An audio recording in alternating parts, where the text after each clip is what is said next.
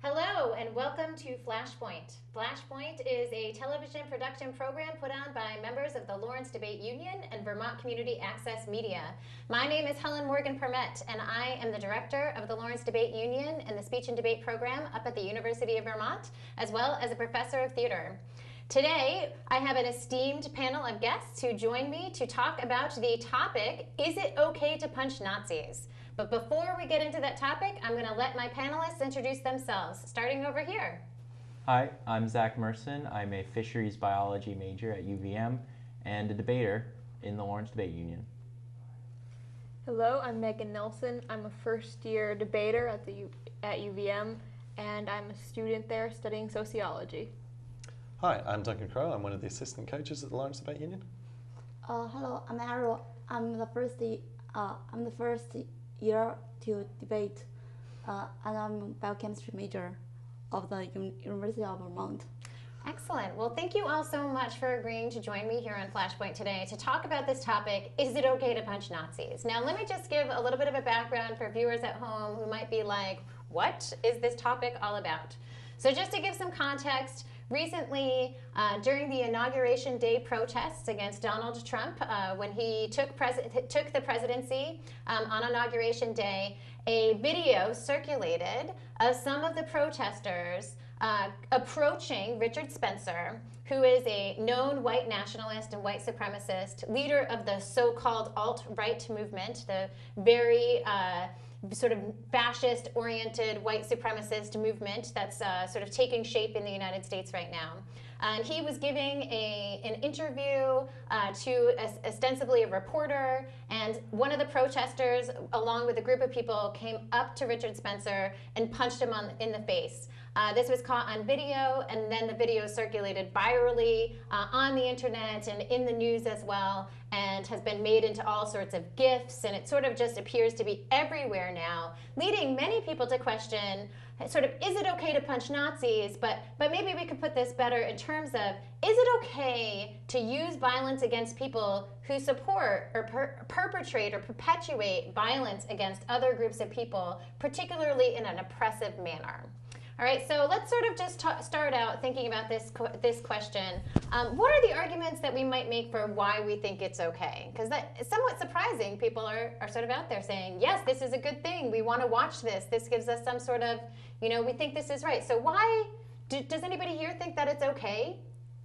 Well, to start, these people who are part of these nationalist movements are already so far on the fringe of the political spectrum that there's really no bringing them back, realistically bringing a large number of them back to like reasonable terms in terms of making policy and like being active citizens in like a productive manner. So, and these are also people who like encourage and support violent acts towards people that they don't deem like good enough for their society per se, especially the white supremacist movement. So a lot of times violence is a last resort, and it's not of course the first choice, but against some groups of people there's really no other way to demonstrate that their actions are wrong and that you do not support their actions, and they should stop perpetuating these ideals. So perpetrating violence against people who hold ideals that are clearly wrong to you, that you feel are beyond persuasion, might be an important symbolic way to demonstrate to them how wrong they are, or to demonstrate to the audience how irredeemable that person is. Does that sort of capture some of it? Yeah, that's exactly. I think maybe the best defense that could be offered is that symbolic act that you're talking about. Maybe he's playing it to other people that might have felt vulnerable after the election, might have felt that after Donald Trump's election maybe the country is against them. Maybe there's a degree of solidarity that's expressed when someone is seen punching a Nazi. Maybe you think, well, other people are on our side. I mean, I think the person that punched Richard Spencer was white themselves, so maybe that makes you, if you're someone that the election result caused you to think, well, this isn't my country anymore, the country is against me, maybe it's a way of saying, well, there's other people on your side. Look, they're punching Nazis. They don't like them either. Yeah, so you're not necessarily trying to persuade Richard Spencer. You're trying to persuade the audience of folks that are watching this, or that are around, or that see it in the media, that you are in solidarity with them through Perhaps. punching. Yeah. I would also say that for Richard Spencer, with him being so far on the right in his ideology and the assumption that he's not going to change, there's this thing where if you're going to hit him, it's like he might think next time a little bit more before like just hurting people, perhaps not in a direct violent manner on his part, but his actions and words certainly hurt more vulnerable people. But if he realizes there's a physical consequence for him, then he might be less likely to do it in the future or to do it like as brashly as he's been. I feel like after the election, a lot of hate groups have felt very empowered to do this sort of thing. Well, as you said, the vulnerable communities now feel more vulnerable. But if they see that they will have direct physical consequences for this continued action, they will become more afraid, and the vulnerable communities will feel more protected in general, not by the police, but by their fellow citizens.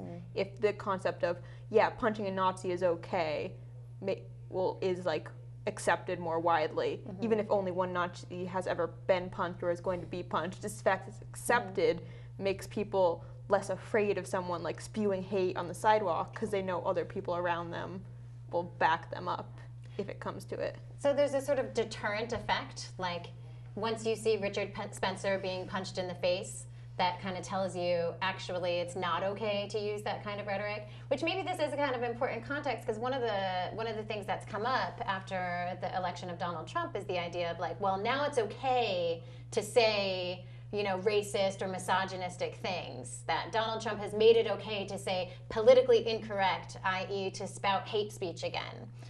So does punching a Nazi in the face, does punching Richard Spencer in the face say, actually, it's not okay to say those things, you'll face consequences? And is it okay, though, that those consequences are a punch in the face? Like, let's get to this question of violence, maybe. So this is not just symbolic. Like, it is an actual act of violence. When is violence justified? Why do we think it might be justified in this instance? I think it's not okay to punch the Nazi because if someone wants to punch the Nazi for the emotional hit, they will cause other people for other emotional reasons to punch others. They might cause conflicts in the society. That's not very good for the safety of the society. So it's a little bit of a slippery slope. Like once you punch one Nazi, then who's to say those Nazis don't go around punching other people? Yeah, and also it's hard to find the basic rule to regulate these people, or what's the right way to do that, or what's the wrong way to do that. I think clearly from a legal standpoint, if they caught the person who punched him, then they should be arrested. Because like legally it was not okay, and like it's rule of law still matters. Like you can't just let it be a society of anarchy where everyone can punch anybody they want. However, I think from a moral standpoint, like it was like an acceptable thing to do. And I also think like in a society where people currently don't know the state of how the police interact with people or necessarily trust them to protect them, it's a nice signaling message to like other people to let them know that like, hey, if no one else backs you up, like not the government or the law against these like white supremacists, then like I'll be there, even if I'm going to jail for it. Like I'll be there to punch them in the face for you. So you're making sort of an argument about how sometimes violence might be justified if the laws that are set up to protect certain groups of people aren't really protecting them. Yeah. Okay. Looks like you have a response to this. Well, so I just think if we think the law should be punishing this person, how do we feel about the fact that there's all these other people out there, enjoying gifs of him being punched, watching them on loop, or listening to kind of music videos that they're set to? Is there a degree of shared culpability that other people are getting kind of vicarious pleasure from watching what's effectively pain being inflicted to another human being? I think that it more speaks to people are appreciating, at least for me, it's appreciating that the ideals of Nazism, like neo-Nazism and fascism, are being denounced. In this particular case, it does happen to be through a violent means, which maybe makes it more popular. I'm not sure if that's true or not. It probably is, but nonetheless, just the fact that the ideals themselves are under attack you know, indirectly is the big allure of people wanting to see people like this get punched and punished for like their hateful rhetoric. I think going along with that is like there have been many peaceful protests and people who like have like described in detail why being a Nazi is a bad thing and why like we should accept other people and be nicer and like even condemn Nazi with like really strong language, but it never seems to affect them. And I feel like part of the catharsis of like the punch being seen by everyone and being so like accepted and like pleasurable for all these people is because you never see these Nazis like they get away with everything, and it's not like someone saying they hate them or giving the same kind of rhetoric that the Nazis give back to them actually affects the Nazis, because the Nazis are like sure that they're right in their superiority. So seeing something that actually breaks through and like affects them after it seems like they've been getting away with everything is just feels really nice to a lot of people. Like they're touchable. They even if it's not the correct way or the legal way or even the just way necessarily, they are in some way being held accountable by one person in this instance, which they haven't been, it seems like, at all to a lot of people before. Yeah, let's talk a little bit more about this. I think that there's something, the viral nature of this video and the seeming pleasure that so many viewers get from watching this video, I think deserves a little bit more discussion. And in some ways, for me watching it, and I'll admit that there is something about that pleasure, but it's also really disturbing to me that there's so much pleasure. Like I saw one of the GIFs as a loop of the punch coming from multiple different directions over and over and over and over again for like a minute and a half. And so people want to watch this. Why? What do you think is there? Why are people? Are we disturbed by that pleasure? I think maybe you would want to hope that it's people that feel disempowered, feeling empowered by this. I think maybe, as you point out, the viral nature might mean it's probably passing out with that category of people. Yeah. I thought there are a lot of hate in people's minds. They want to find some way to express their hate. So watching this video makes them touchable. So I think that's why a lot of people want to watch that. So it draws on that hate and it further sort of stokes that hate, right? Yeah. I would agree with that. I would say like there's so much like anger and resentment and there's like not really anywhere to put it because again you can't like do anything to Nazis. Like yelling at them doesn't make them stop and like telling them like politely like exactly why they're wrong doesn't make them stop. And then suddenly Nazism has a face and that face is being punched. It's like all those like angry emotions that you face because of like your own struggles with it are suddenly put into that one thing and you could just get something out of that. So is the idea, is this resentment, this hate to do with the election, or? I think overall it's like for people who are like disenfranchised or in vulnerable populations or just see other people in vulnerable situations and then see this Nazism, which is like inherently bad. Or white supremacy. And white supremacy. And like that's hurtful, or they're hurting all these already vulnerable people. There's just like this anger toward like all the bad stuff that's never been addressed toward those communities and like all the fear and hurt that they get and then they never have any recourse for it. And then suddenly there's this one outlet in this one guy who basically just let at least some of all this negative emotion out toward a concrete source rather than just like being upset in general. Looks like you want to add something Yeah, here. I agree that it puts a face to more of an overall movement, because a lot of this animosity is overall directed at the neo-Nazi movement, especially because a whole nother discussion is the rise of like how the alt-right influenced the election in a whole bunch of ways. That's a completely different discussion, but a lot of this hatred is directed towards this whole movement as a whole, and putting a face to it gives people satisfaction, certainly, because you can't punch the concept of Nazism and fascism, but you can punch someone who embodies those ideals. So I think that's really what people are looking for and enjoying when they see this video. It gets back to that sort of symbolic nature of the violence, Exactly. but it's not really about the punch itself, but it's about the symbolic nature of it. But do you think, I mean, I think this issue of anger is really important. Like, I think that there is a lot of anger on both sides of the political spectrum right now. And why do you think so often, especially in U.S. culture, people tend to turn anger into actual physical violence, though? Like, do you think that there's something about American culture where we're enamored with physical violence, and that's the only place that we sort of understand where to put our anger and our hatred?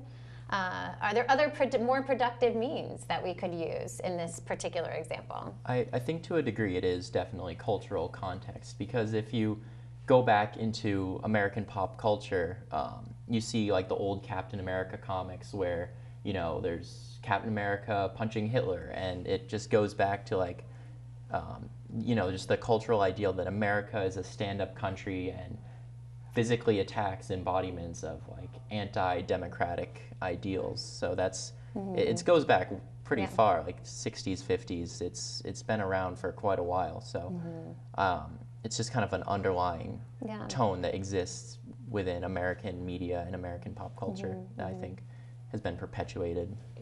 Yeah, even further than that, it's like our country's built on a revolution from like tyranny, like a violent revolution, and then the whole westward expansion, which didn't actually take that long, but it's like glorified and continues to be glorified in American culture, was basically like, you take care of yourself, there's no one around to help you, like you do everything yourself because no one's going to be there to save you.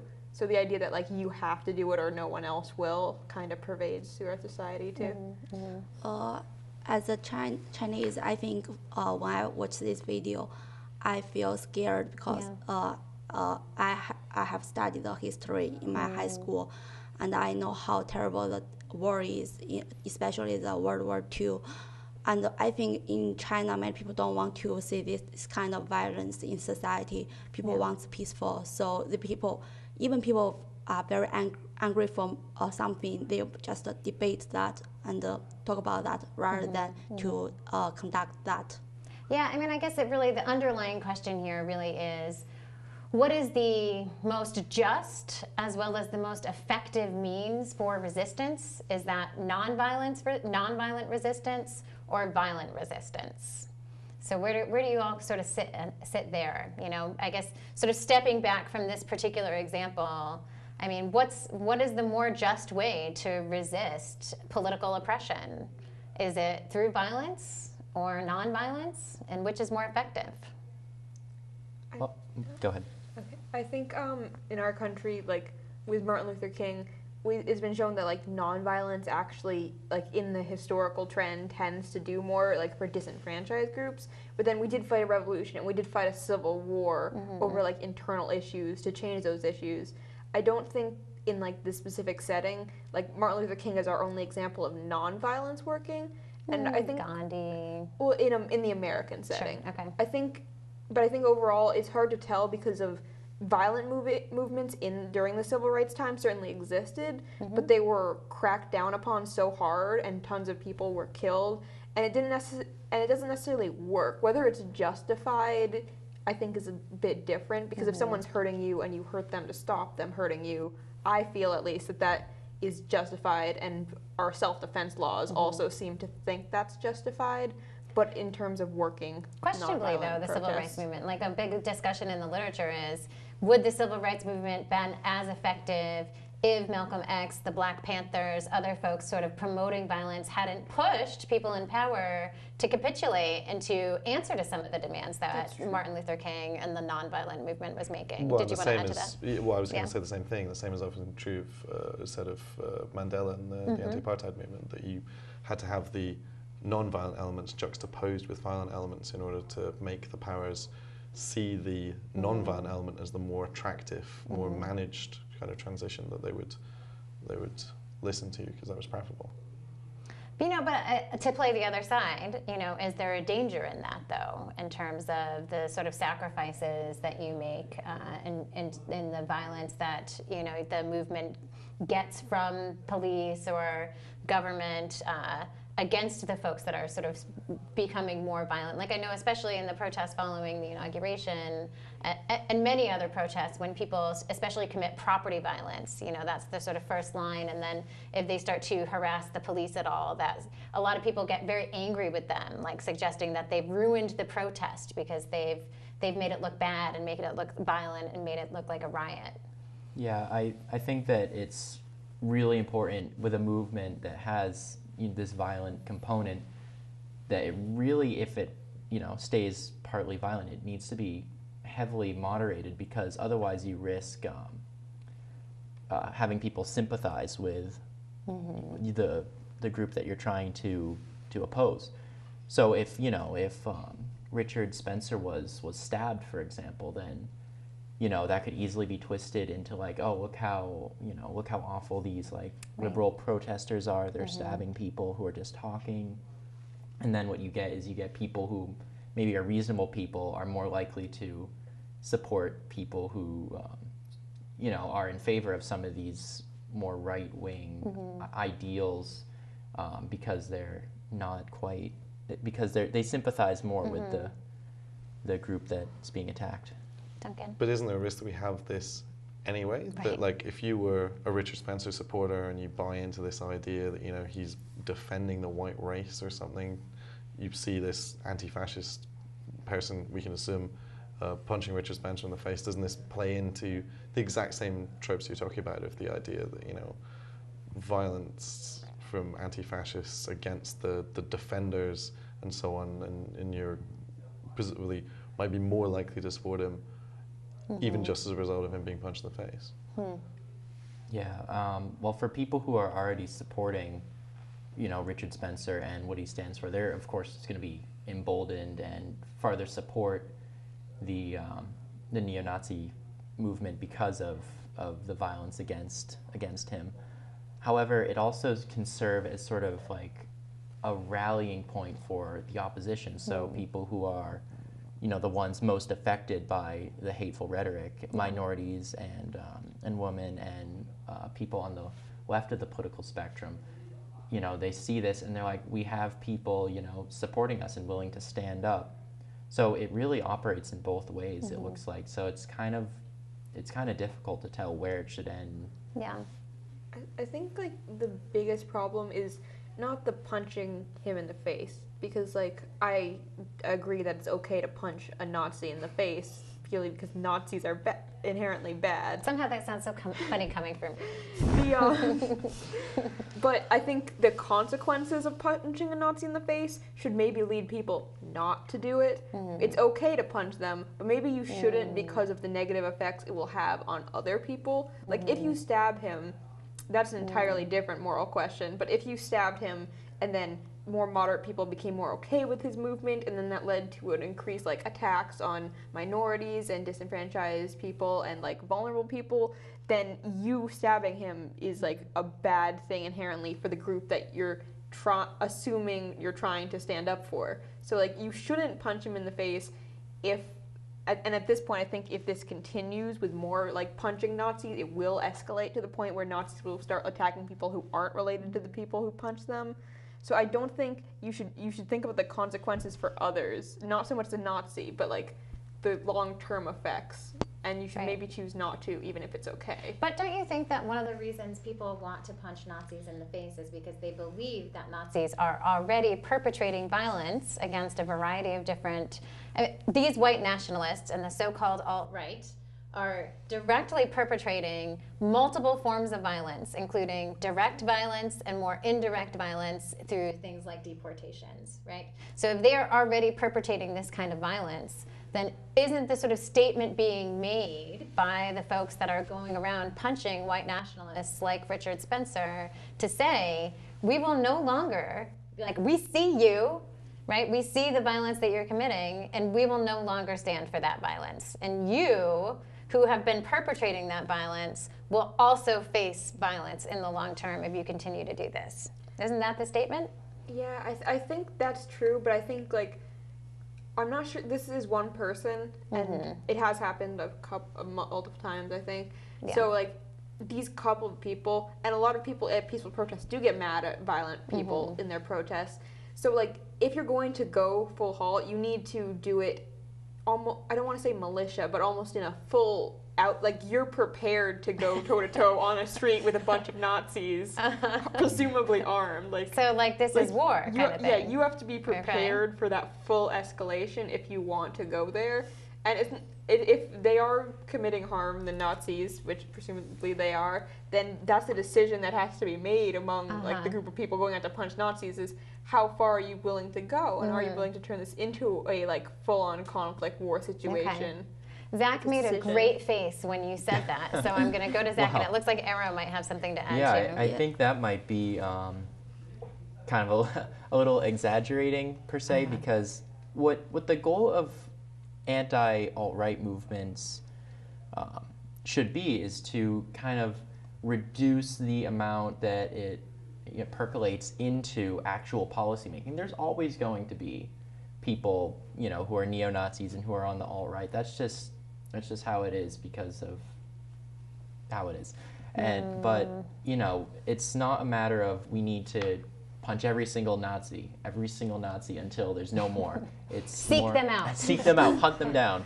It's more like we just want to kind of, we more want to get their ideals out of mainstream politics, because that in the context of the 2016 election as the backdrop, that's kind of what's been happening, is it's making more of a appearance in mainstream politics. And the goal of anti-fascist movements should be not to eliminate it completely, because that's unrealistic, and we don't want like street wars.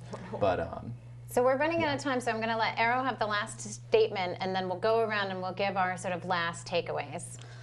I think we should punch the Nazi because everyone have the human right. Whenever it's a bad man or a good man. Yeah. So if you punch the Nazi, the people,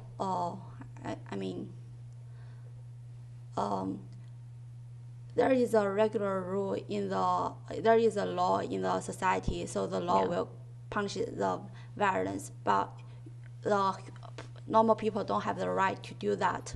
So that's my statement. I think this is an important moral statement about respecting the dignity of individuals, even if they are disgusting individuals. So let's just go around parting thought. Is it okay to punch a Nazi?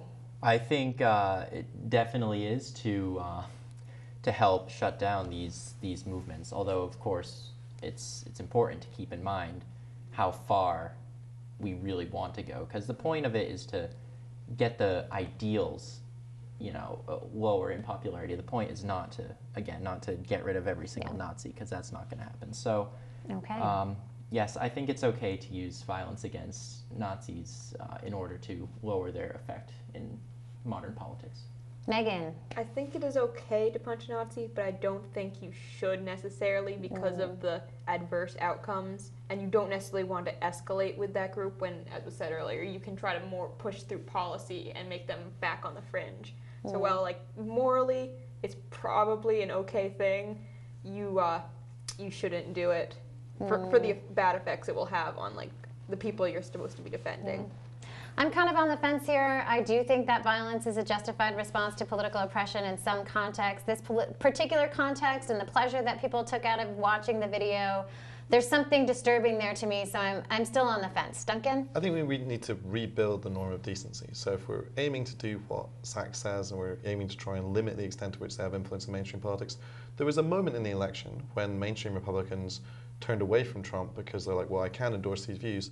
And then they realized their constituents would let them get away with endorsing Trump despite what he was associated with. And so I think we need to try and reach out to those people and say, no, there needs to be limits. And I think if we say there need to be limits, probably this needs to be a limit that we need to accept, that we shouldn't also be going around punching people because of their political beliefs as well. So decency unfortunately cuts both ways. I think probably we shouldn't be punching Nazis, even if it's quite fun to spread videos of it around, and it gives us a sense of catharsis. Era? I think we don't need to punch the Nazi because there definitely has other ways to deal with these problems. Punching others is not a very good way, and I think it will cause a clear conflict. Yeah. I mean, maybe some of those ways are glitter bombing or pie in the face. We're not totally sure, but thank you so much for joining us on this episode of Flashpoint number 502. Is it okay to punch Nazis in the face? Hopefully at home you're thinking about where you sit on the political spectrum here. And we just want to thank you for joining us, and to remember, think for yourself.